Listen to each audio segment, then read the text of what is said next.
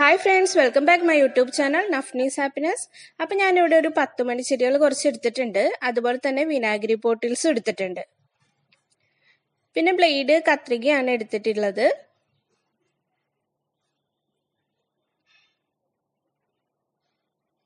അപ്പം നമുക്ക് സ്റ്റാർട്ട് ചെയ്യാം. ഫസ്റ്റ് നമ്മൾ വിനാഗിരി ബോട്ടിൽസ് മുറിച്ചു കൊടുക്കുകയാണ് ചെയ്യുന്നത്. ഒരേ അളവിൽ ഞാനൊരു 6 ബോട്ടിൽസ് എടുത്തിട്ടുണ്ട്.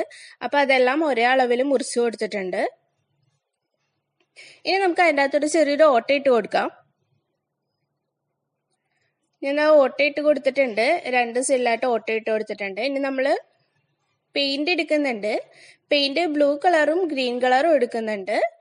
അപ്പം 3 ബ്ലൂവും 3 ഗ്രീനും ആണ് അപ്ലൈ ചെയ്ത് കൊടുക്കുന്നത്.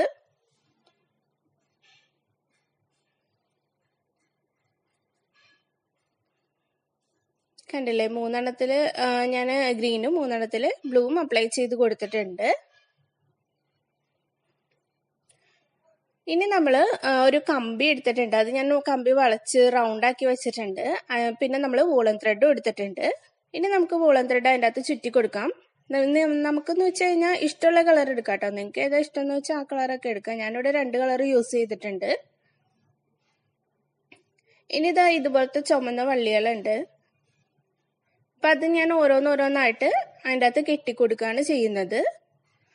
ഞാൻ ഒത്തിരി ഇങ്ങനെ ഇറക്കം അങ്ങനെ ചെയ്യുന്നില്ല. ഒരു ചെറിയ ഇറക്കത്തിൽ ഒരെണ്ണം കുറച്ച് വലുത് അങ്ങനെയാണ് ചെയ്തു കൊടുത്തിരിക്കുന്നത്.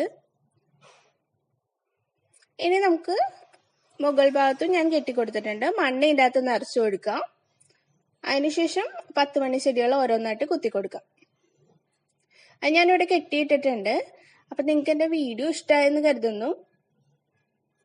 ഞാൻ ഇതുപോലെ തന്നെ താഴത്തും കുറച്ച് ചെടികളൊക്കെ വെച്ചിട്ടുണ്ട്.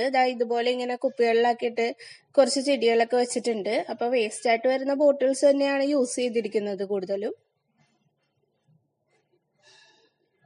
ഇത് പുതിനയിലാണ്. പിന്നെ തുളസി ഉണ്ട്, പനിക്കൂർക്ക,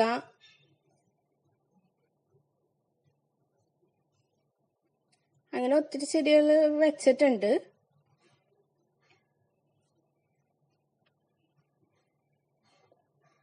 ഇത് ഞാൻ വീട്ടിൻ്റെ ഉള്ളിൽ മണി പ്ലാന്റ് തൂക്കിയിട്ടേക്കണേണ്.